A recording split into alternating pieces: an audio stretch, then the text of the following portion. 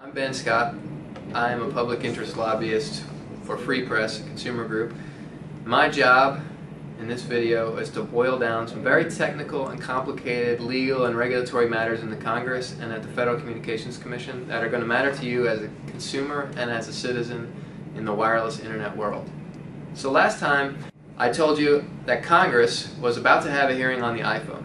I was being a little bit sarcastic because it wasn't supposed to be just about the iPhone, but it turned out it was all about the iPhone. And here's why.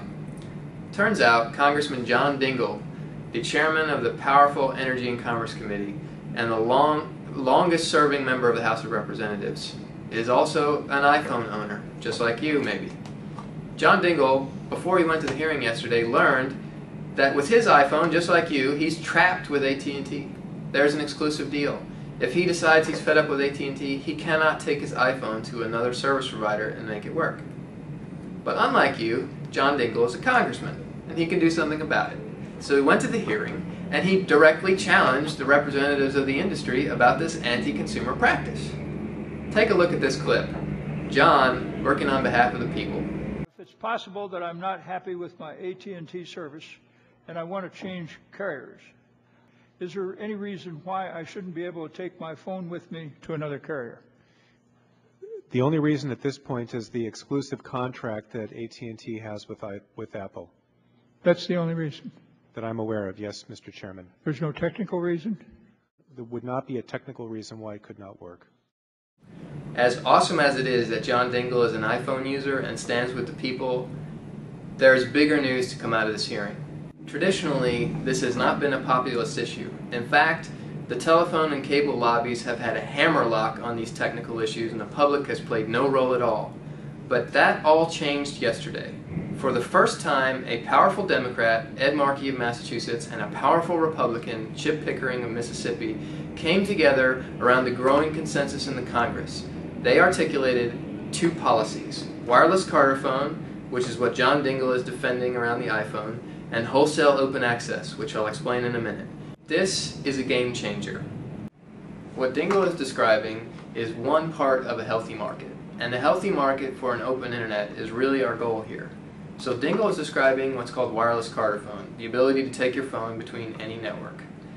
The other half of a healthy market is on the seller side. We need competitive service providers. Well, how do you get more competition in service providers? Well, right now you have to be $1 billion multinational corporation to get a license to use the public airwaves. You've got to be T-Mobile or Verizon or AT&T or Sprint. But there are lots of innovators and entrepreneurs in Silicon Valley that want to get in that market. They want to offer you a wireless service that's better and cheaper than the ones available today. So how do they get in there if they don't have $1 billion? Who has $1 billion? Here's how they do it. They have to lease the spectrum on a wholesale basis. They lease the spectrum on a wholesale basis, they sell it to you as a retail consumer, and voila, we have a very competitive market. So you take a wholesale open access policy, you make the license conditioned on wholesale behavior, and you pair that with wireless Carterphone so consumers have maximum choice, and then you have a healthy market for an open internet. That's our goal. That's what we want as consumers and citizens, that's what Congress wants, and that's what we need to tell the FCC we need to get out of this auction. All the activity in the Congress yesterday means very specific things practically. Right now, at the Federal Communications Commission, the chairman, Kevin Martin, has issued a draft order for how the spectrum will be auctioned later this month. The key issues, once again, are wireless Carterphone and wholesale open access. Kevin Martin, to his credit, has said he wants to give wireless Carterphone on 1/3 of the available spectrum up for auction. That's a great step. It's the right principle and it sets an important precedent. But let's not overstate what he's given us. The press has been hyperventilating about how the wireless world has changed forever because of Kevin Martin's decision. That's way overstated. Here's what he's given us. He said the principle of wireless Carterphone should be applied, but it should be applied only to a portion of the available spectrum for auction. And by the way, that spectrum doesn't have a network built on it and won't have a network built on it for 4 or 5 years. It will never impact the iPhone or the devices we have in the marketplace today.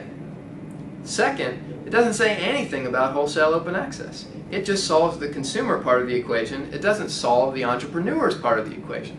So now it's our job to join with congressmen like Ed Markey, Chip Pickering, and John Dingell to demand that the FCC gives us not only wireless card or phone for consumers, but wholesale open access for entrepreneurs, so that we can finally have the kind of open internet that we deserve as American consumers, that we deserve as American citizens.